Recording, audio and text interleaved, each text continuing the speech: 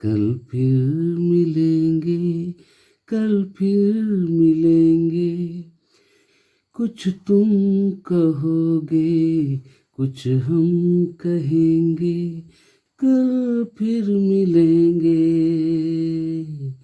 कुछ तुम कहोगे, कुछ हम कहेंगे। कल फिर मिलेंगे। दोस्तों, आज के चार्जिंग पॉइंट में आपका बहुत बहुत स्वागत है। और आज के चार्जिंग पॉइंट का मेन फंडा यही है कि अच्छी खासी खुशी का एक माहौल सा रहता है और अचानक कोई टेंशन उस खुशी को चौपट कर देता है। जैसे आप अपने मनपसंद किसी दोस्त के साथ बैठे हैं, गप्पे मार रहे हैं, कुछ हंसी मजाक चल रहा है, अचानक कोई आपका दुश्मन वहाँ से गुजरे या आपको घूर के देखे तो सारा मज़ा किरकिरा हो जाता है। बिल्कुल उस तरीके से जैसे खाने में कोई कंकड़ मिल जाता है। क्या करना चाहिए? तो ऐसे टेंशन को क्या करना चाहिए?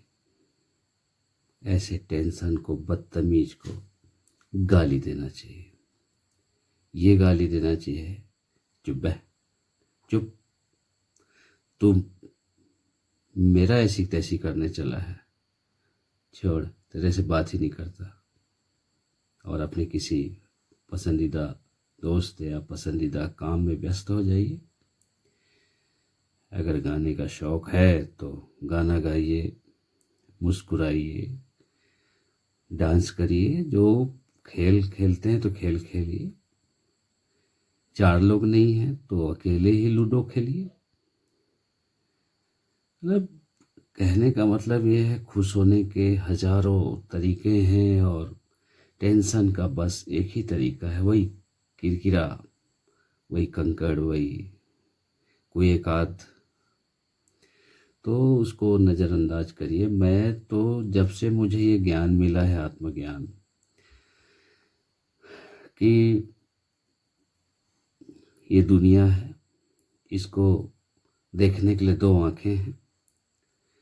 तो देखने का बस तरीका यही है कि एक आँख से देखिए और एक आँख से नज़रअंदाज करिए।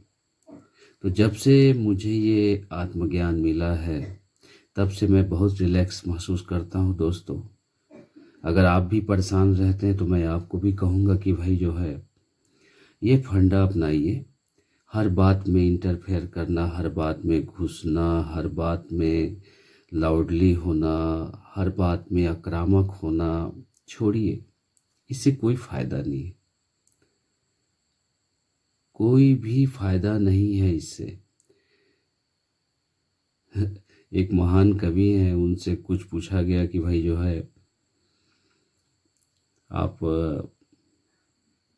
कैसे देखते हैं लाइफ को?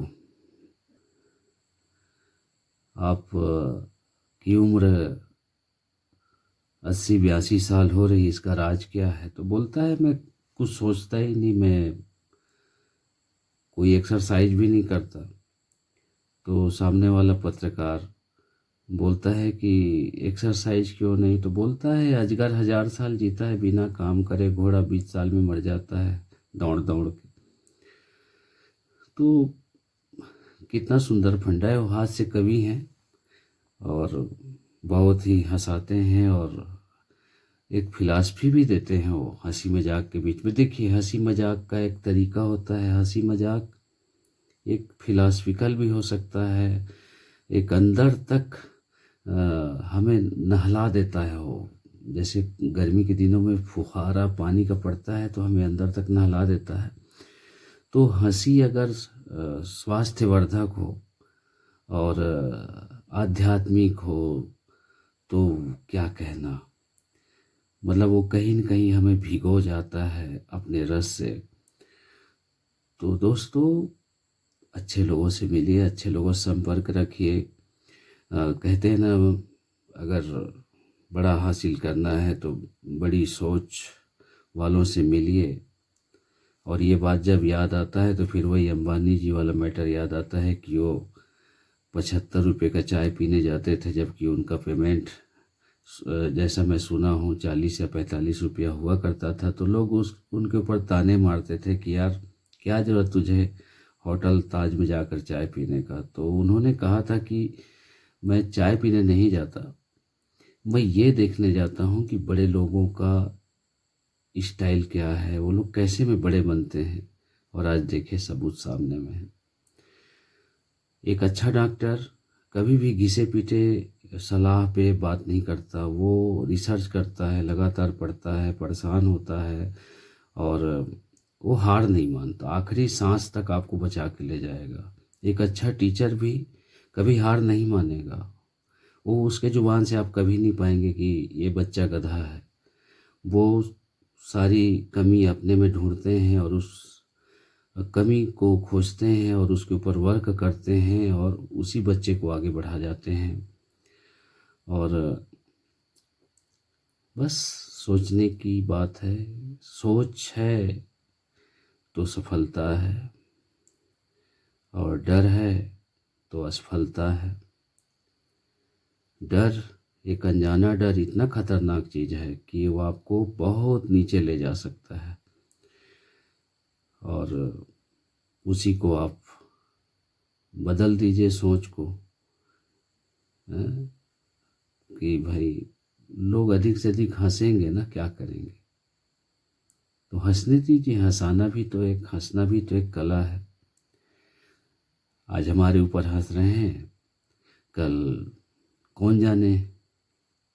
मतलब एक व्यक्तित्व का निर्माण होने में कोई भी बात, कोई भी कला, कोई भी आपका टैलेंट आपके काम आ सकता है, आपको आगे बढ़ा सकता है।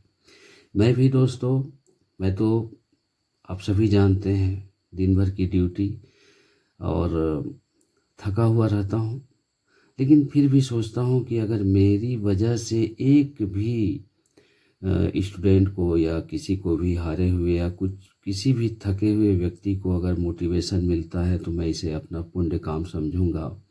इस दुनिया में आने का देखिए बहुत बड़ी चीज़ है। लोग कहते हैं क्या छोड़ जाएंगे, नहीं, बहुत कुछ छोड़ जाएंगे इस दुनिया में हम। एक विचार छोड़ जाएंगे, सबसे बड़ी बात यह है, और वो किसी काम भी आ सकता है। भाई अरस्तु, प्लेटो और जितने भी अब्राहम लिंकन पढ़ तो रहे हैं ना आज भी हम, उनका साहित्य काम आ रहा है। लियोनार्डो दा विंची, क्या है ना, उनका जो कितना फेमस है उनका चित्रकारी, उसमें परत दर परत। तो ये सारी बातें मायने रखती हैं कि उनके जाने के हजारों साल के बाद भी हम उन्हें एक प्रकार से उनके विचारों से बहुत कुछ। मैं तो जब भी निराश होता हूँ, कभी हमारे टाटा जी, रतन टाटा जी के विचारों को पढ़ता हूँ, मोटिवेट हो जाता हूँ। और थॉमसन एडिसन या हमारे लिंकन जी, ऐसे जो सबसे बड़े फैलवर तो हमारे लिंकन जी हैं, जो सिखाते हैं कि हार मानो ही मत। आप कभी भी 16वें राष्ट्रपति बन सकते हैं अमेरिका के, या सफलता कभी भी पा सकते हैं। तो बस सोच है और कुछ नहीं है। सोच से आप सफल होंगे, सोच से आप असफल होंगे। तो दोस्तों इसे ज्ञान मत समझिएगा। फुर्सत के क्षणों में मैं खुद अपना वीडियो देखता हूँ और स्वयं रिचार्ज होता हूँ, अच्छा लगता है। खाना वही खाइए जो किसी को खिला सके, और स्वादिष्ट हो तो क्या कहना, खुद भी खाइए, लोगों को भी खिलाइए, लोगों को भी खिलाइए, खुद भी खाइए, तब तो विचार कीमती है।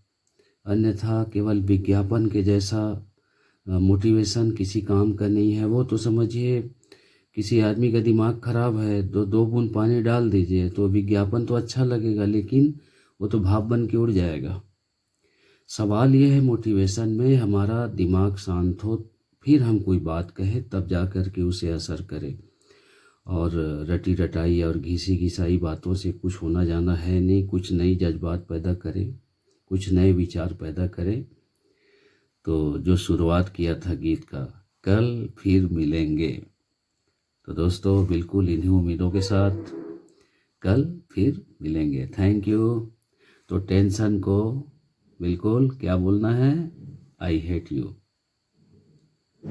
बदतमीज, हट बे यहाँ से, चल, तू मेरा दिमाग ख़राब करता है, तेरे से बात ही नहीं करना है, मैं तुझे नज़रअंदाज करता हूँ और मैं अपनी खुशी में मगन रहता हूँ। Be happy. तो दोस्तों कल फिर मिलेंगे। थैंक यू, नमस्कार, धन्यवाद।